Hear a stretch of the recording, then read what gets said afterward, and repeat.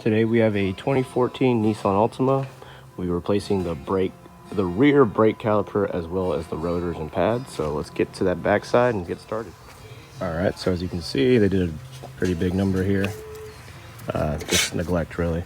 So it's gonna be a very easy job because we're replacing everything. You don't have to break anything down over here. So what we're gonna do first is the banjo bolt that goes to the brake lines of the caliper, number 12. We're gonna go ahead and loosen that and make our life easier later.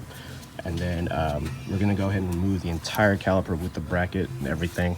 Two number 17mm bolts, one up top right here and one down below.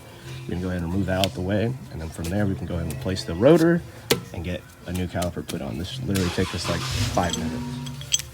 Woo! God dang. All right.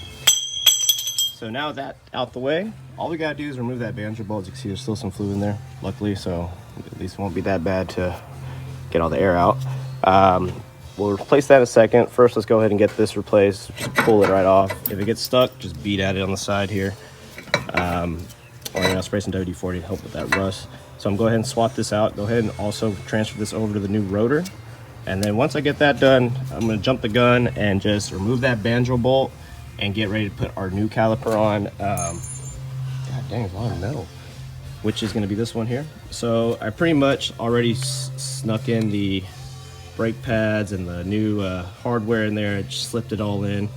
Because it hasn't been used yet, I can just slip them all in through here, through the center, just slip everything in. The hardware I slid through the side, and then we can just slap this on and then get ready to bleed the brakes out so that everything's good. So yeah, no need to break this apart to put the pads and the hardware on, so just slip it all in. So let's go ahead and get this out. I'm gonna swap that out, number 12 banjo bolt. The new one here is a number 11, but 2 crush washers, one on each end. I'll get a little more detail when we get to that point, but I'm gonna go ahead and get all this installed once I replace this here. Okay guys, like I said, I jumped the gun, but took it off straightforward.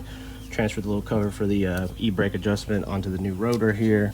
New caliper is on, 2 17mm bolts bolt down, and y'all saw that I pretty much had all the hardware and brake pads already set on. Just slipped it right on top. The piston's not out, so it's basically like when it's reset when you replace the brake pads. So it's slipped on, bolt those 2 down.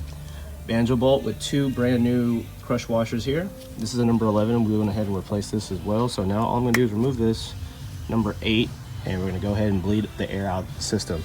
So that's pretty much the last thing you have to do there. You can have someone pumping it manually and just keep going back and forth, or use a vacuum tool to get all the air out of the system. So just be sure to fill up the reservoir .3, and that's it. So thanks for watching, guys. Please like, subscribe, more videos to come.